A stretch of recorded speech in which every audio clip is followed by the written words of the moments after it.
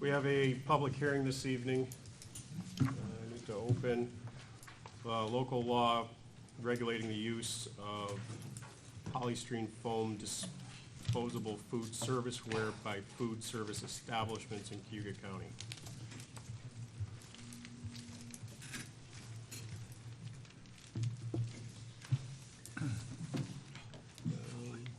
From there, I guess we'll get into privilege of the floor. Andy's not here. Yeah, I'm not going to go in a particular order of the list. The one that's on the agenda is Craig Rowland. Come up to the podium.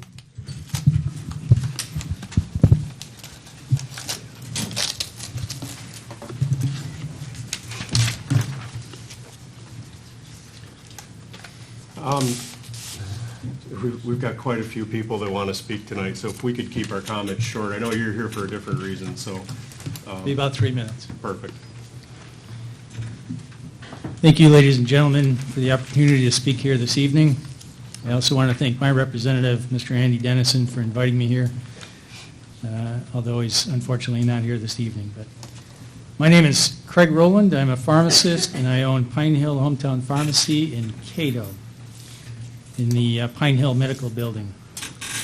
Our store originally opened in 2008 in the medical building. I purchased it from the previous owner, original owner, in 2014. So I've been there approximately 5 years. We employ 5 people at our store. I've been a pharmacist for, this is my 35th year in community pharmacy. I'm here to address the what I consider the absurdity of promoting the sending of our prescription business not only to another county or another state, but it's being promoted and sent to another country, more specifically Canada. We have, as independent pharmacies or pharmacies in general in this county, we likely employ over 100 or more individuals. Our payroll probably contributes in the millions of dollars annually in the county, and our tax dollars probably add up to easily over $1 million generated in the county from pharmacy employees. I'm very aware of the increasing cost of prescription drugs. I've been doing this for a long time. I'm very aware of the multitude of reasons why prescription drugs cost so much. One of the more prevalent reasons or reasons why costs have increased so much is because us as a country, the United States, is subsidizing prescription costs that other countries, through other countries. For example, most notably Canada. Their costs are so low because we have to subsidize the cost of their prescription drugs. The monthly letter that is sent out to employees and dependents promoting this service, I went through it pretty extensively, and I myself was able to find manufacturer coupons that brought these costs down to zero in many cases, or close to zero cost, if we kept the business here within the county. It doesn't take much of an effort to get the manufacturer coupons to contribute to the costs that are outlaid by customers. I just want to kind of wrap things up. I could really go into this at length, and I am open to meeting any further with any individuals who are interested in learning how to cut costs for the county. I have a great deal of experience in this, and I welcome any input, or I welcome any individuals who want me to tag along and provide some additional input on how we can do, or what we can do to cut costs. I don't think sending our prescription business to Canada is really the best way to cut costs. I believe that's all I have. Thank you. Thank you. Could you leave us a copy? Copy of my notes.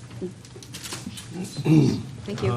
Thank you. Any legislators have anyone for privilege of the floor? Mr. Lattimore. Mr. Chairman, I've asked John McBride from Onondaga County to come over. We met at the White House. I believe you were there, and Mr. Mahunick and Mr. Foley and Mr. Dennison and a few others.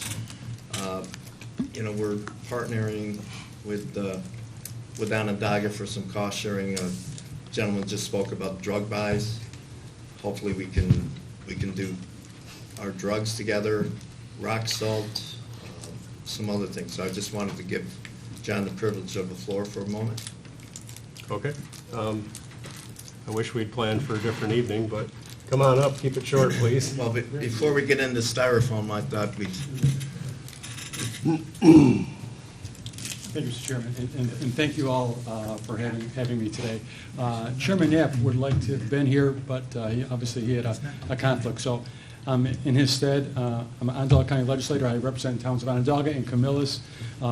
We've had the pleasure last couple weeks to have Legislator Lattimore come to our session, come to our chamber, and express an openness and a collaboration between our county and your county to enhance this region. And I just want to, piggyback on those that sentiment and the items that Legislator Lattimore mentioned. I'm chair of Onondaga County Economic Development. So if we can move anything forward as a team, collaboratively together from Cayuga and Onondaga, we welcome it. So on behalf of Chairman Knapp, our door is open for dialogue, for any ideas, any initiatives that we all could do together to bring jobs, opportunity, and cost savings to our region. We are more than welcome to do that. So with that, I just want to say thank you very much, and happy Thanksgiving, everyone. Thanks so much. Thank you. Thank you, John. Mr. Foley. Mr. Chairman, I have a gentleman from my district who wishes to speak tonight, and we recognize his name is Brian Muldrow, and he is speaking on behalf of CETA concerns. Okay. You can go right up to it. Come on up. If you can keep it to 3 minutes, it'd be perfect.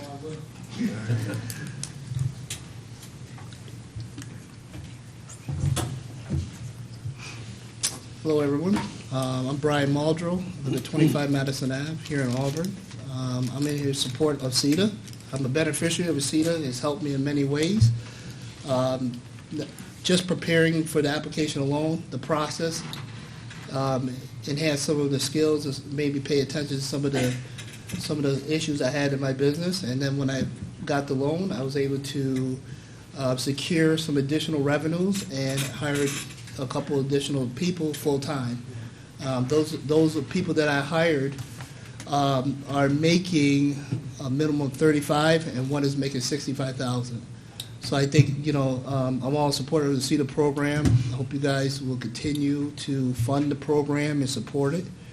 If anybody ever wants to come to my office on Grand Ave, 128 Grand Ave, I'll be willing to, tell you how it benefited me and show you more in detail. Thank you. Aileen. Mr. Chairman, I'd like to recognize a constituent of mine, Diane Country from District 6.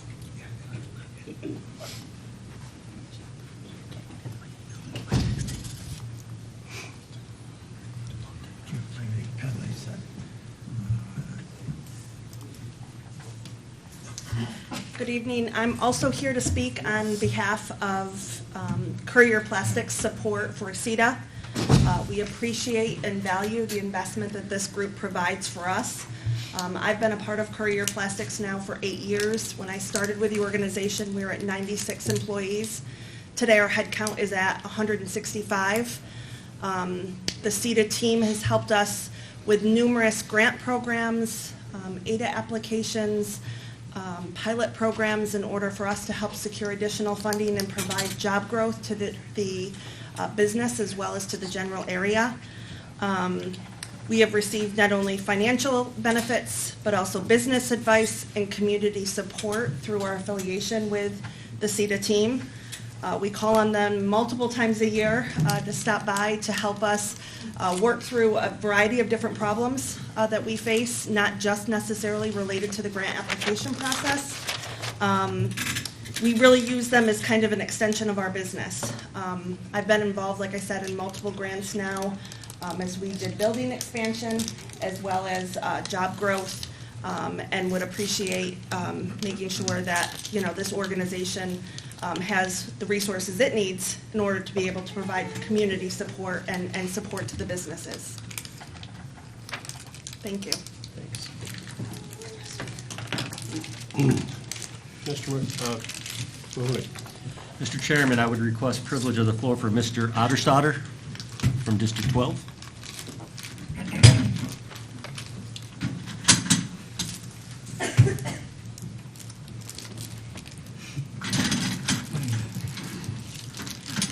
Good evening.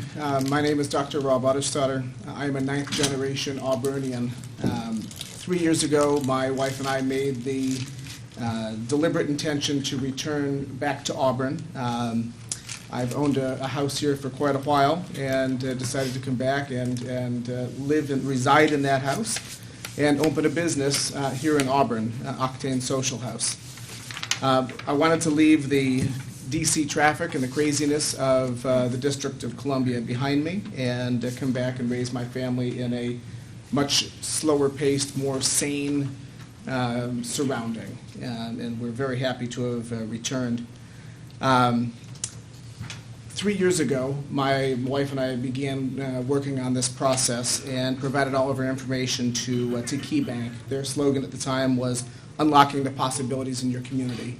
And that seemed like a pretty good match. We were certainly looking to unlock some new possibilities here in Auburn, New York. In May of 2018, they provided us a letter of commitment, and we were ready to move forward. We'll be going into the former Nolan building at 53 Genesee Street. And the build-out has taken a little bit longer than we anticipated. We've run into old building issues and just a variety of issues that have come up that have just slowed the process more than we had anticipated. May of 2019, KeyBank asked us, or informed us that this process had taken much longer than they had anticipated. We hadn't drawn any of our money yet, and that we needed to fill out some additional information to let them know where we were at with things. I did that on a Tuesday. I flew out to Oklahoma to spend a couple of days with my daughter, who's a student out there.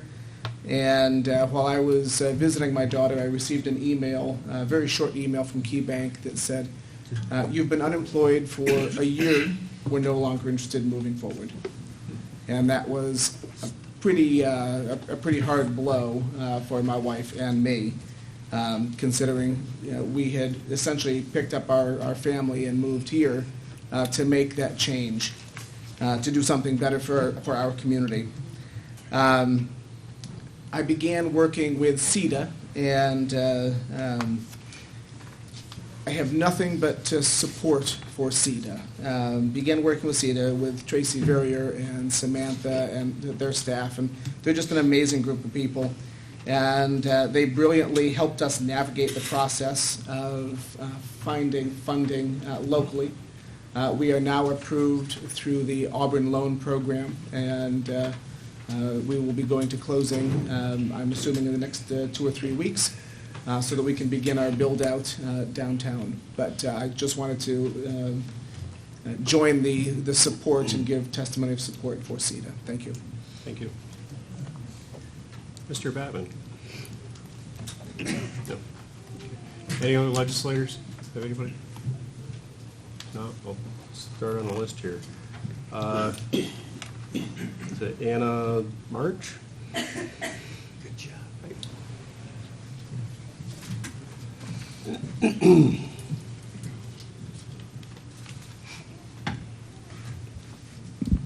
Good evening. My name is Anna, and I am here with Cayuga Climate Action. And as you can see, many of us are here in green today. If everyone could stand up with Cayuga Climate Action. Thank you. We are here to support the proposed ban on single-use styrofoam containers because polystyrene is a toxic material that does not break down and is harmful to our bodies, our animals, and our planet. We won't take up much of your time because the fact of the matter is taking time debating about things like this, which are so obvious, is what got us here in the first place. As many of you probably know, carbon emissions from human activities are warming the planet and affecting plant and animal life. We have only experienced 1 degree of warming so far, and already the repercussions around the world have been more drastic than scientists thought. The public sees this and knows this, and perhaps most of all, young people and children see this and know this. I work in elementary schools every day and speak to 5th graders across central and western New York about the environment. These kids understand climate change before I've even walked into the room. They understand that we are in a crisis. They know that their future will not have the same opportunities as yours did, or mine did, and they find this unfair, and I do too. But they look up to people like you who have the position to do something about it. Here, right now, is one of those chances. And this one is easy. What's hard is cleaning up the small pieces of styrofoam that end up in our waterways, in our food, and our bodies. In Cayuga and Owasco Lakes, Seneca River, Skaneateles Lake, and the many other waterways in Cayuga County. The carcinogen styrene, which makes up styrofoam, ends up in fish and in our bodies. Anytime heat interacts with polystyrene, these toxins lift and seep into our food, and it is cancer-causing.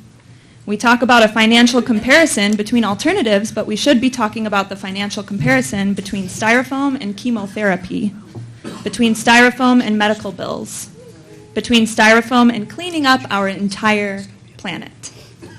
Now, I recognize there will be challenges. A sustainable future includes lifting up small businesses and ensuring that a measure like this would not crush them. A sustainable future means caring for our elderly through things like Meals on Wheels. None of us here want small businesses or the elderly to suffer, and that's where we come in.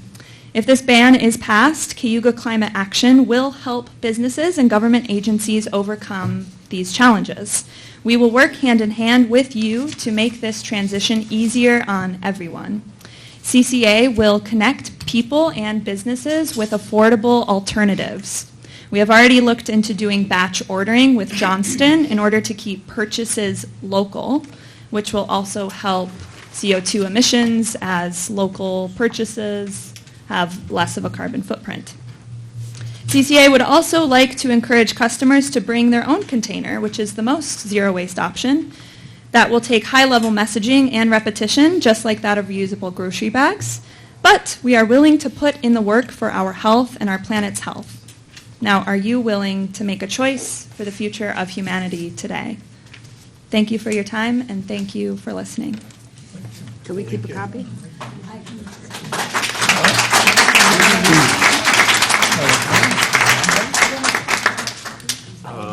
Benjamin Jansen. Yeah,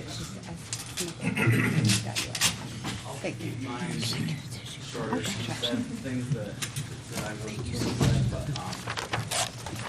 So my name is Benjamin Jansen. I grew up in Scipio. My father had a big dairy farm. I live in Auburn now with my wife. So as many of you may know, Cayuga County has some of the best soil in the world.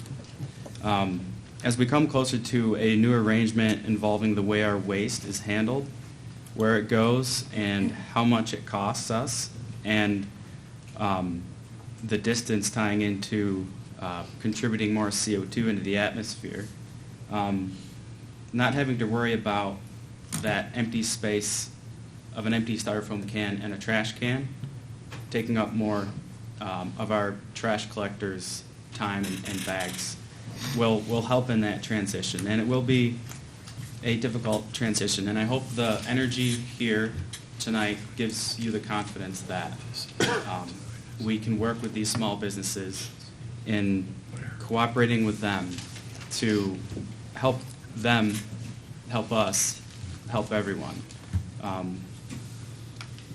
Because these costs, they shouldn't take the blunt of the costs, for sure.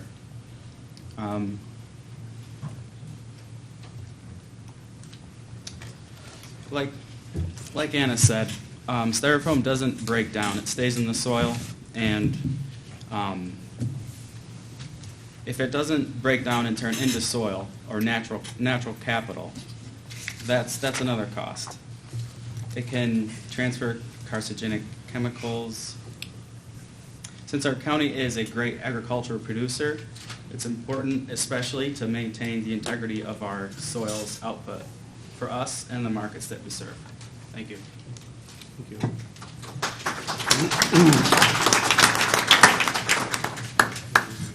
Janet Shea.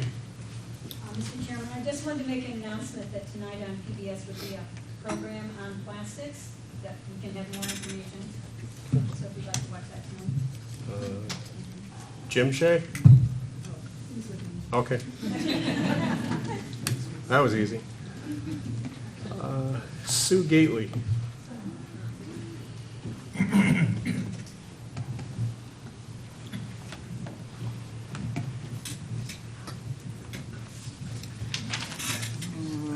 Okay, I'm Sue Gately from up on Lake Ontario shore of Cayuga County. Way back in '74, I examined my very first plankton sample taken in the late fall on the Merrimack River estuary. I was looking for fish eggs and larvae. I found unimaginable numbers of tiny white granules, far too small to be fish eggs. I soon realized I was looking at little bits of styrofoam, zillions of them, so many they had to have an impact. I've regretted ever since not trying to talk my advisor into letting me change my thesis topic from a simple baseline abundance survey to a study of the ingestion of these things. But the likelihood of funding for such an effort was zilch, so I didn't try. But people are doing those studies now, and the results are good. Styrofoam, according to an impartial working group under the auspices of World Health Organization, is now considered to be probably carcinogenic. It's manufactured from styrene, which we know is toxic. Scientific studies indicate it increases the risk of something called myeloid leukemia in people exposed to it, and one place that they've done studies and seen this is in worker exposure in factories. Styrene is made of chemical stock that is originally derived from petroleum. It's not easily recycled, and most of it ends up in a landfill. As others have already said, it takes up space, takes up soil that should be used for growing food, and so on. One of the note is that the little granules do break down in the water, and not only are they eaten by zooplankton and fish, but they also adsorb toxins, so that when a fish or something else that gets into the food chain, these toxins can and do adsorb into the bloodstream of the consumer, so that they end up in the muscle tissue. So even though the fish are eating them and it's in their stomachs, the person who eats the fish can get a dose of the toxins that adsorb to these granules. I think my biggest concern for the health issue locally is burning trash.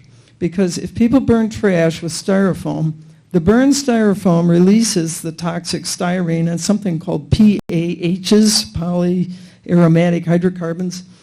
These are mutagens, carcinogens, they suppress the immune system, they have a lot of bad effects on health, and we do know that people burn trash out in the country, and that's not something you want to be breathing, and you don't want it on the soil. PAHs are considered a chemical of concern, or Tier 2 in Canada in the Great Lakes. Thank you for considering this legislation. Could we keep the copy, please? Of course. That's why I typed it out. Thank you. Thank you.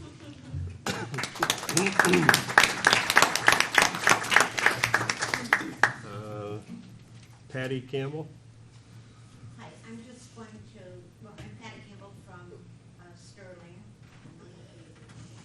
And I just want to echo what I've heard tonight about the dangers of styrofoam. I'm so glad that there's more environmental awareness growing. And I stand with Cayuga County Climate Action. Thank you. Don. Dalastrito? First name basis, huh? Thank you very much. Frequent flyer, right? I'm going to get to my friend David over there, who got me started on my recycling campaign in 1974. Keep it 2 to 3 minutes. Please. Yes, I can, but can I get the time that those other people didn't use? No rollover. Doesn't work that way here? My name's Don Dalastrito. I've been a resident of Cayuga County all my life, especially since 1974, buying a piece of land in Cayuga County in the town of Mentz. And at that time, the town of Mentz had a landfill down Berger Road, what I think was nothing more than somebody's gravel pit that they decided to use as a landfill. Since then, I have been recycling and reducing my use of styrofoam. That's where my vote stands, okay? I can think of two reasons to get rid of styrofoam. One's litter, and one is landfill space.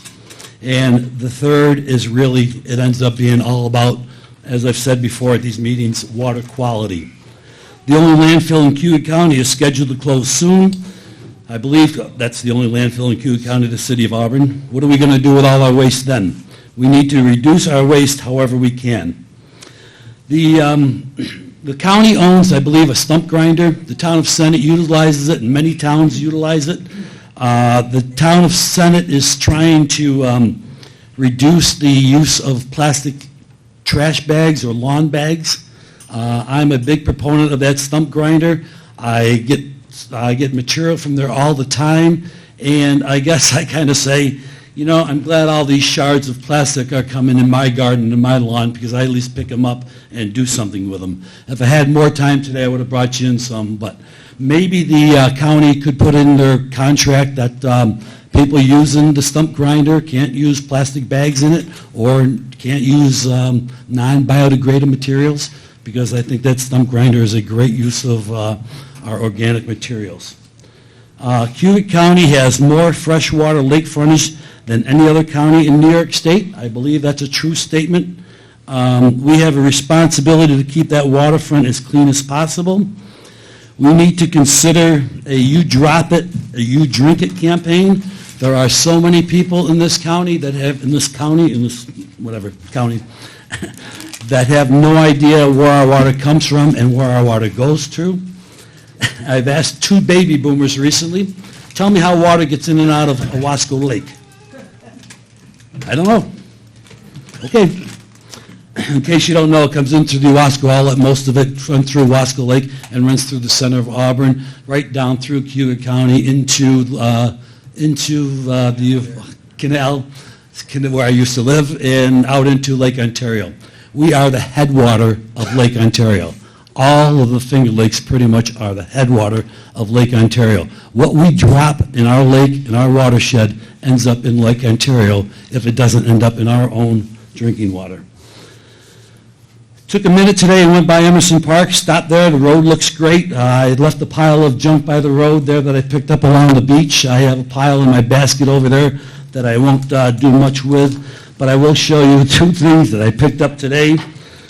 One is a marble, and my friend over there would say that I've lost my marbles because I'm such a recycling nut. But the other thing is one of these things. And no one's going to know what it is because those who know what it is can't see it from where you are. It is a pop top. It is something that came off of a can back in the 70s. Pop tops have not been allowed since the 70s. I picked this one up today at Dover Island, this pop top. I had another one on a necklace that I don't know what I did with it. I picked up about 10 years ago. So that's what happens when stuff goes in our water. And I can look at some of my friends around here and say, hey guys, maybe we dropped this in Owasco Lake in the 70s. But we're living through our 70s again, guys, and let's see if we can clean up the lake, or folks, or gals, or everybody. There's a lot of bird droppings still on the lake around there. We'll leave that off to something else. The lady talked about PBS SciTech Now, I believe you were referring to. I saw it Sunday morning, and the scientists concluded that it was all about plastic in the Great Lakes. And the scientists had concluded that human activity is to blame for plastics. And anytime we can reduce an item, we are better off. I was shocked to hear her say that, one item. And then today, here we are considering reducing styrofoam. Pardon? You wrap it up. Okay, stop litter, and let's see. Litter is not a red, white, and blue issue, red and blue issue, guys. It is a human issue. I applaud this body for taking up this issue. And the sooner we can take more human waste and activity out of our system, we are better. And this measure is a classic example of people thinking globally and acting locally. Thank you for doing it, and I hope we do more.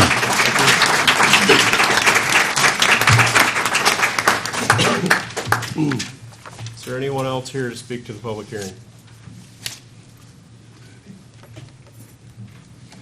Going to go twice. Sorry.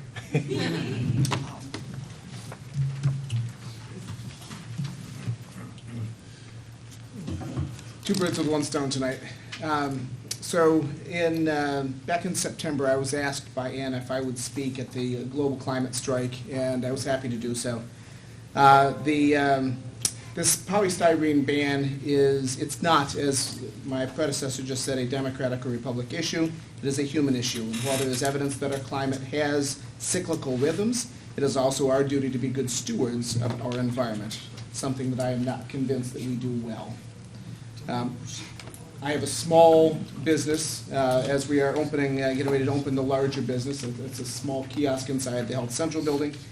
And as small as it is, we are doing our part by using recycled paper cups, biodegradable plastics, a variety of other environmental measures as well, fair trade coffee, low energy espresso machine, purchasing local products to reduce the amount of fuel that it's taking to get our products to us.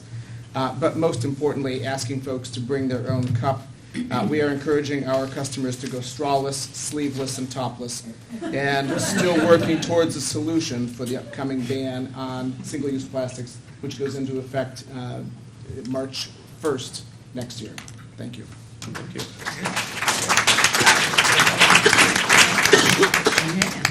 Anybody else to speak to the public hearing? Do you want one of these? Not, we'll move on. Okay. Minutes to approve, Move 'em. October 22nd. Second. Okay. Any discussion? All in favor? Aye. Any opposed? Those are moved. We had an emergency resolution, authorization to rescind Resolution 376-19, which authorized the chair of the Cayuga County Legislature to opt out of the negotiation class in the multi-district litigation. Move it. Second. It's already been. Yeah, we're good on that. Appointments and reappointments? Move them. Second. Any discussion? Mr. Foley? It's not on the appointment itself, but I went by the museum, the Ag Museum the other night, while at night, and they have their Christmas lights up, and I thought they looked phenomenal. I just wanted to give someone a compliment about those. That's all. Communications and announcements? We didn't got past that, really. What? The appointments. Oh, sorry. Had a motion in a second, and then Foley took us down a different path. Oh, it's his fault then. Any other discussion? All in favor? Aye. Any opposed? Okay, communications and announcements? Waive the readings. Second. Mr. Batman? There are several letters here in support of the styrofoam ban, and at least one or two opposed, in opposition. I'm not asking that they be read, but I would ask that those letters be circulated to the body, if that can be done. The ones in opposition? Both. Okay, both. Yeah, no, they've all, I've been collecting them and giving them to Sheila, so she's had them in her office. I will say another one in opposition came in today, but Great. by no means are I'll they put copies in your comparable mail slot. numbers. Thank you very much. Yep. Elaine? I just, if I could take this time, as one of our speakers mentioned today, environmental issues are certainly known. They made the point to the young citizens in our community, and it seems that so. I wanted to draw your attention to two letters that I received, one from a 9-year-old and one from a 10-year-old, Margaret and Patrick Pelletier from Auburn, supporting the ban, and I certainly want to compliment them for taking the time to have their voice be heard at the local level at that young age. So, Thank you. Mr. Lattimore? I know that the governor's got a lot of legislation on his desk. Is banning plastic bags and styrofoam one of those laws? I mean, should we wait till the state passes it and then pick it up, or? Point of order. We have a motion on the floor, and that doesn't speak to it. Thank you for that clarification, parliamentary. You're welcome. All in favor? Any opposed? To your point, I'm not sure what's on his agenda. I've heard that it is on the state's radar of something to do, but I don't know where they're at with that. Could be, I don't know, I couldn't tell you if it's next week or in 3 years. Single ban plastic bag use is already passed and will be That one implemented, has, but as yes. far as styrofoam goes, Right. I know there's been some talk at the state level, but I don't know how much. Mr. Durant? Mr. Durant did send me a text message. He is out of town, and his secretary was out of town, so he wasn't sure if she had contacted this body. There are 2 resolutions, G07 and G08, acknowledging the college capital plan and authorizing the acceptance of the donation from Cornell Cooperative Extension. If there's any questions, I can do my best, but it's stuff we've been talking about all along. Okay. Anybody have any questions for Pat? I'll get No? back to you. Move along to committee reports and individual legislators' reports. Any legislators to report anything? Mr. Batman? I have a request. We've begun negotiation with the road patrol, and the plan was to do the intensive negotiation, which would require that we report to this body at the January meeting. It's come to my attention that a number of people may be planning on going to the NISAC, I always forget this fall, spring. It's spring, believe it or not, in January conference. It's very confusing. But if that is going to be the case, and we're going to move that meeting, that we need to know that as soon as possible, because this negotiation process really requires that we meet with the body in the middle of that negotiation. I don't think it's too late to change those dates if the meeting's going to be changed, but we need to know. So I would encourage all the legislators to respond to Sheila more quickly than we normally do. So 2 days before the event, instead of the day before, right? Exactly. So that we know how many people, so that whoever's chair next year can make that decision. Thank you. I have 4 so far. And then both the new ones are going to go too. Anybody else? No, we'll move along. Chairman's report. I will add that part of what spurred this local law, well, definitely what did, was I received, I don't remember the exact number, but it was in the upper 40s, I want to say 46, 48 letters in support of us at least taking a look at this, if this is something that fits our county. So that, I mean, the public obviously expressed their concern and opinion on how they feel about some of the styrofoam containers. So I received those letters and we started talking about it, and that's kind of how this process, it's how we got here. And now we're considering a local law and we're hearing the opinion of our public and what they have to say about it, to take that into consideration. And of course, we have to try and weigh both sides of the fence, how it's going to affect our local businesses, how it's affecting our county on the other side too. So it's always good to hear from the public, so we know what they're thinking. A lot of times we sit here in an empty chamber going, gee, I wonder what they think out there. So we have to do our best work to guess. So I always like to see a good turnout for things like this. And I think I've received 3 letters in opposition so far, somewhere in there. Mr. DeForest? Mr. Chairman, can you tell us what committee this particular resolution would be being referred to as it goes through the rest of the process? Once it goes through the rest of the process? I'm assuming there may be some amendments to the language or so forth, and I'm wondering what committee it may be. As far as the debate of government ops or health and human? Do you just legal have a... It's been referred to Health and Human Services. It's going to be the Health Department that's enforcing. That's what I was thinking. Health and Human Services. Thank you. Okay. Mr. Lattimore? Public safety's the number one issue, and I know that we had a fatal shooting over the last week, and it was nice to see our different law enforcement agencies come together and resolve that issue. I know that drugs and opioids are one of the issues, and I know we have, Chris is going to present that we opt back into the state's thing, which could help in the fight against the opioids. Thank you. And as far as everything else, as far as the chairman's report goes, I presented a budget to Ways and Means.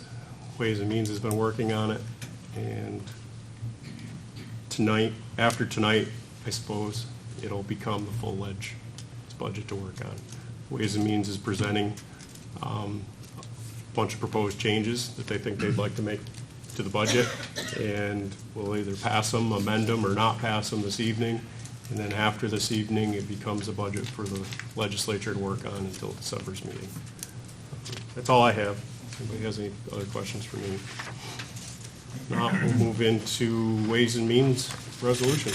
Mr. Chairman, before I start with resolutions, I would like to thank Lynn and all our department heads and yourself for the work on the budget and the Ways and Means Committee.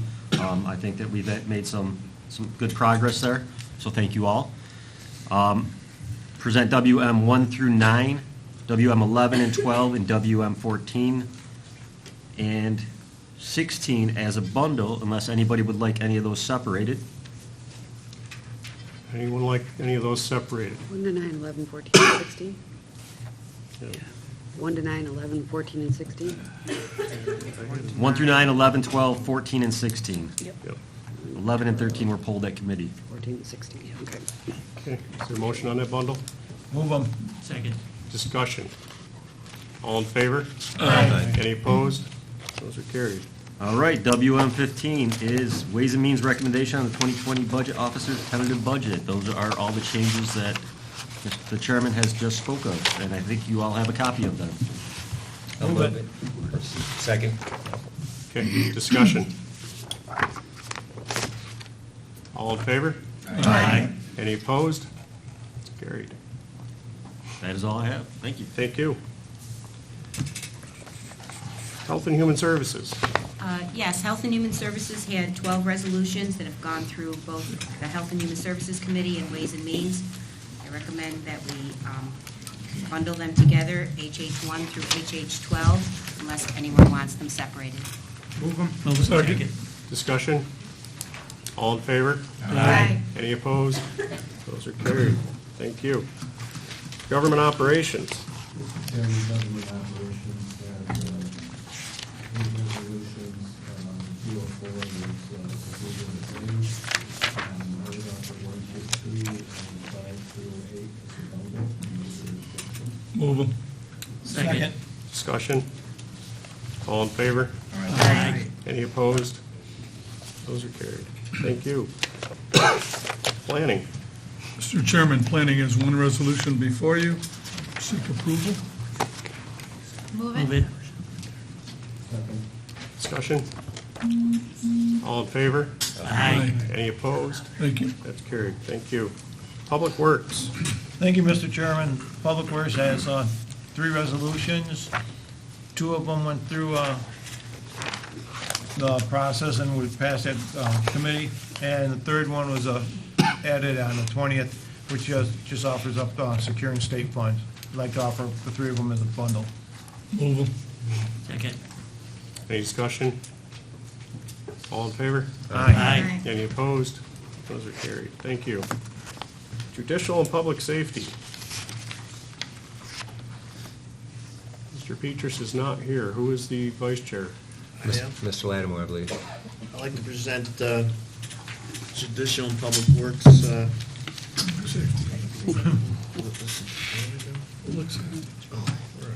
Oh, yeah.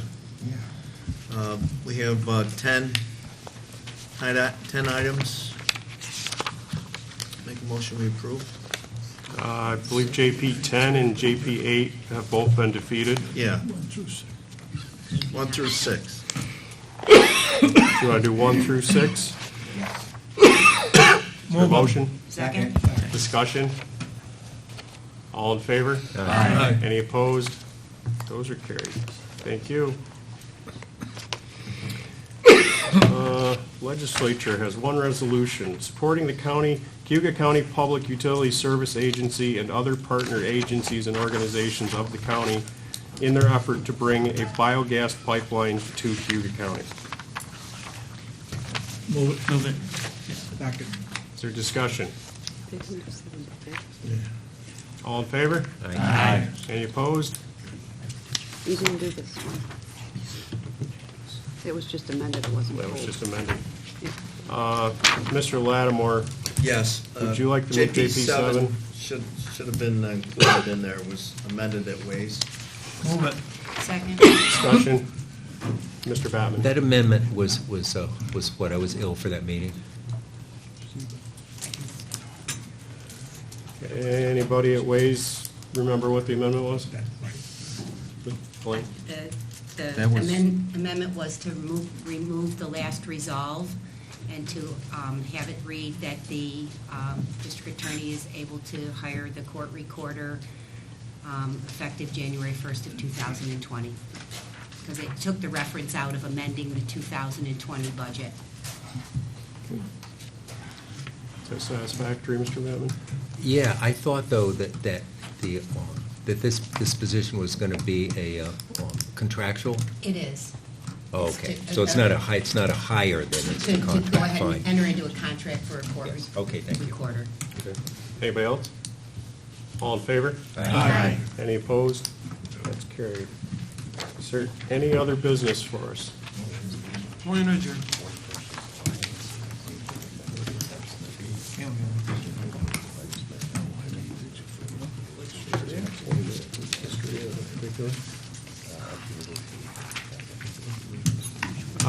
That goes to public hearing. Okay. Hey, is there anybody else here to speak to the public hearing on the local law? I'm going to go ahead and close the public hearing then.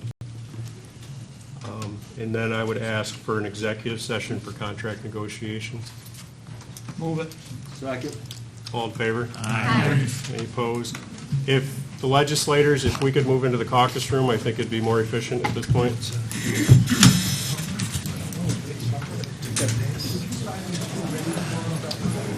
You know who made that motion for executive? Are you going to do anything when you come out?